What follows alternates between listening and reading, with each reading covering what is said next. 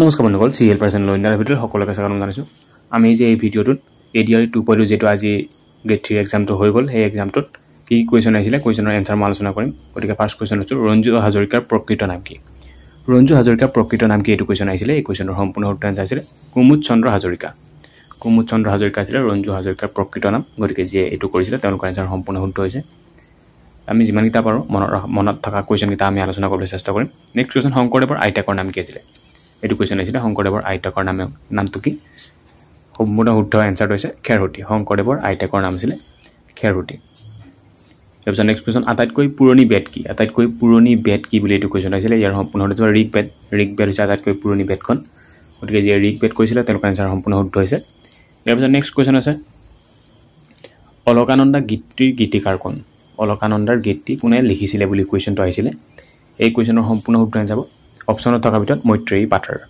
মৈত্ৰেয়ী পাঠৰে অলকানন্দা শংকুৰে যিটো অলকানন্দা গীতটো আহিছিলে সেইটোৰ লিখক হয়। নেক্সট কুৱেশ্যন, ৰংবং তেৰঙৰ ৰচনা কৰা কিতাপখনৰ নাম কি? ৰংবং তেৰঙৰ ৰচনা কৰা কিতাপখনৰ নাম কি? এইটো কুৱেশ্যন আহিছিলে। ইয়াৰ সম্পূৰ্ণ উত্তৰ ৰংমিলিৰ হাঁহি। ৰংমিলিৰ হাঁহিটো হৈছে সম্পূৰ্ণ শুদ্ধ এনসাৰ। তাৰপিছত নেক্সট কুৱেশ্যন, বাঁহাৰে সজা বাদ্যযন্ত্ৰ।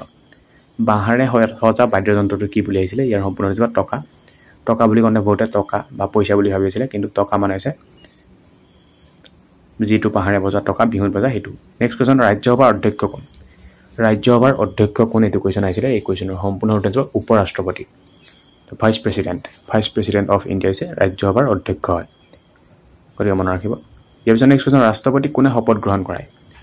ৰাষ্ট্ৰপতি শপত গ্ৰহণ কোনে কৰে বুলি এইটো কুৱেশ্যন আহিছিলে। এই কুৱেশ্যনৰ সম্পূৰ্ণ উত্তৰ আছিলে chief justice of supreme court. Supreme কোৰ্টৰ চিফ জাষ্টিছে ৰাষ্ট্ৰপতিক শপত গ্ৰহণ কৰায়। গতিকে যিয়ে চিফ জাষ্টিছ কৰিছিলে সুপ্ৰিম কোৰ্টৰ তেওঁ এনসাৰ সম্পূৰ্ণ শুদ্ধ হৈছে। Next question, Numaligarh refinery in which district? Numaligarh ৰিফাইনাৰীটো কোনখন ডিষ্ট্ৰিক্টত অৱস্থিত বুলি কুৱেশ্যনটো গাইছিলে। কুৱেশ্যনটো হয়তো লিখাত ভাল নহ'ব পাৰে, কিন্তু ডাইৰেক্ট এনসাৰটো দি দিছোঁ Golaghat district. Next question, Tocklai T research centre in which district? Tocklai চাহ গৱেষণা কেন্দ্ৰটো ক'ত অৱস্থিত? এইটো কুৱেশ্যন যোৱা বছৰ আহিছিলে, এইবাৰো আহিছে। এইটো হৈছে যোৰহাট। টোকলাই চাহ গৱেষণা কেন্দ্ৰটো যোৰহাটত অৱস্থিত হয়। ইয়াৰ পিছত নেক্সট কুৱেশ্যন আহিছিলে, চেয়াৰমেন অফ নীতি আয়োগ।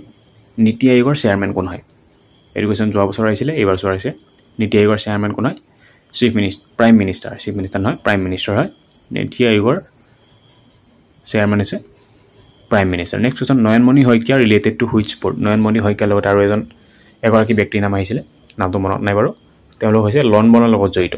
নয়নমণি শইকীয়া কিহৰ লগত জড়িত? লন বলৰ সৈতে জড়িত। Next question, last Ahom capital কি? লাষ্ট আহোম কেপিটেল কি বুলি এইটো কুৱেশ্যন আহিছিলে। এই কুৱেশ্যনৰ সম্পূৰ্ণ যোৰহাট। যোৰহাট হৈছে আহোমৰ লাষ্ট কেপিটেল। গতিকে এইটো কুৱেশ্যন আহিছিলে, যিয়ে যোৰহাট কৰিছিলে তেওঁলোকৰ এনসাৰ সম্পূৰ্ণ শুদ্ধ হৈছে। নেক্সট কুৱেশ্যন আহিছিলে, কোনটো খেলত টকিঅ' অলিম্পিক 2024 মেডেল পোৱা নাছিলে? টকিঅ' অলিম্পিকৰ কোনটো খেলত মেডেল পোৱা নাছিলে বুলি আহিছিলে। অপশ্যনত থকাৰ ভিতৰত টাইকেণ্ডোটো হৈছে সম্পূৰ্ণ শুদ্ধ। টাইকেণ্ডোত 2024 মেডেল পোৱা নাছিলে। ইয়াৰ পিছত নেক্সট কুৱেশ্যন, অসমৰ আন্তঃৰাষ্ট্ৰীয় সীমা।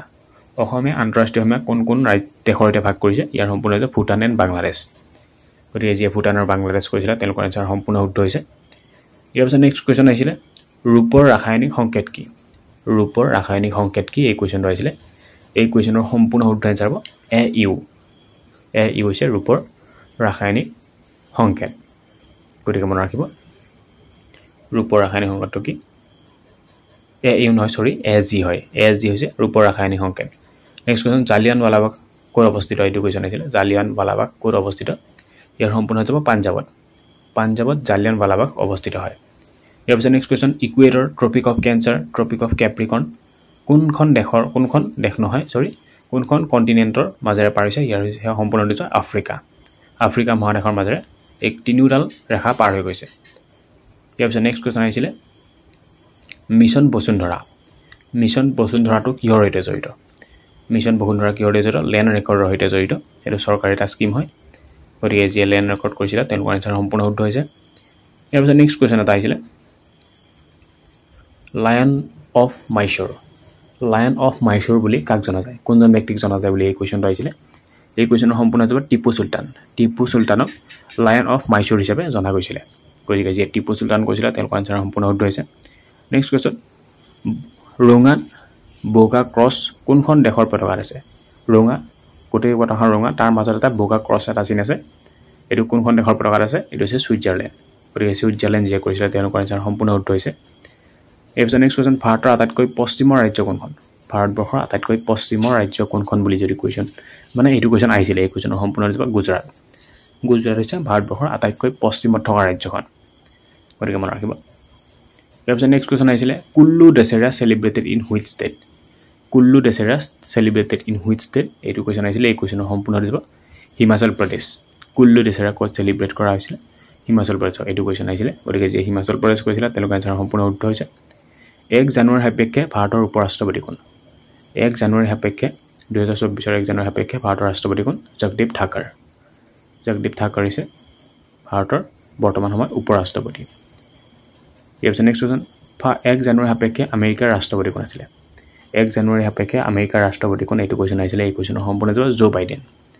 জো বাইডেন আছে আমেৰিকাৰ ৰাষ্ট্ৰপতি 1 জানুৱাৰী সাপেক্ষে বুলি কৈ দিছিলে ইয়াৰ পিছত নেক্সট কুৱেশ্যন সাগৰৰ তলিত ভূমিকম্পৰ ফলত কি হয় সাগৰৰ তলিত ভূমিকম্পৰ ফলত কি সৃষ্টি হয় সুনামিৰ সৃষ্টি হয় গতিকে যিয়ে সুনামি কৰিছিল অপচনত থকা ভিতৰত তেওঁলোকৰ এনসাৰ সম্পূৰ্ণ হৈ যায় সাগৰৰ তলিত ভূমিকম্পৰ ফলত কি হয় সুনামিৰ সৃষ্টি হয় next question axis party member of world war 2 সময়ত এক্সিছ পাৰ্টি কোন আছিলে অপচনত থকা ভিতৰত সম্পূৰ্ণ শুদ্ধ আছিলে এনসাৰ আছিলে জাপান এক্সিছ পাৰ্টিৰ মেম্বাৰ আছিলে ইয়াৰ নেক্সট কুৱেশ্যন চেন্নাইৰ পৰা গুৱাহাটীলৈ উৰাজাহাজ এখন আহিব লাগিলে কোন দিশত আহিব লাগিব চেন্নাইৰ পৰা যদি উৰাজাহাজ এখন গুৱাহাটীলৈ আহিব লাগে তেওঁলোকে কোন দিশত আহিব লাগিব অপচনত থকাৰ ভিতৰত ইষ্ট হৈছে সম্পূৰ্ণ পূব দিশত আহিব লাগিব নেক্সট কুৱেশ্যন আহিছিলে শান্তশিষ্ট হৃষ্টপুষ্ট মহাদুষ্ট এই কিতাপখনৰ ৰচক কোন বুলি এইটো কুৱেশ্যন আহিছিলে এই কুৱেশ্যনটোৰ সম্পূৰ্ণ হৈ যাব ভৱেন্দ্ৰনাথ শইকীয়াই এই কিতাপখন ৰচনা কৰিছিলে শান্তশিষ্ট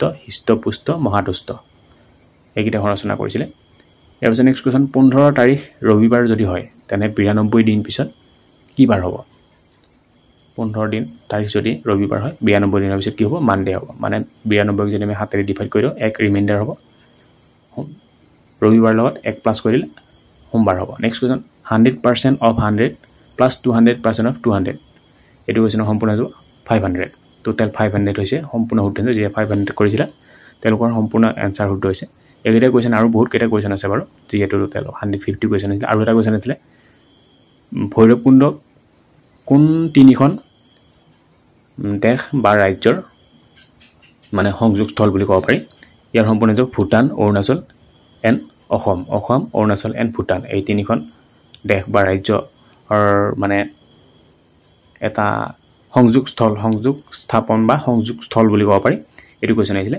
এইটো হৈছিলে ভূটান অৰুণাচল আৰু অসম এইটোৱে ক'ত আছে ভৈৰৱকুণ্ডত লগ হৈছে গতিকে এই পাৰ্টত আমি এইকেইটা কুৱেশ্যন আলোচনা কৰি আৰু যদি কুৱেশ্যনবোৰ পাৰোঁ তেনেহ'লে আলোচনা কৰিবলৈ চেষ্টা কৰিম গতিকে এই পাৰ্টত যদি চাই ভাল পাইছে লাইক কৰিব কমেণ্ট কৰিব আৰু কুৱেশ্যনবোৰ আপোনালোকে এনসাৰবিলাক চাই লওক যে আপোনালোকৰ এনসাৰবোৰ শুদ্ধ হৈছে নে আপোনালোকে ভালদৰে চাই লওক কুৱেশ্যনবিলাক এনসাৰ আপোনালোকে কৰা এনসাৰ আৰু ইয়াতে দি বৰ্তমান সময়ত যিকেইটা এনসাৰ দিয়া হৈছে এই এনসাৰকেইটা আপোনালোকৰ লগত মিলিছে নে নাই আপোনালোকে চাই লওক কিমান শুদ্ধ হৈছে কিমান ভুল হৈছে আপোনালোকে নিজে চাব পাৰিব গতিকে ভালদৰে চাই লওক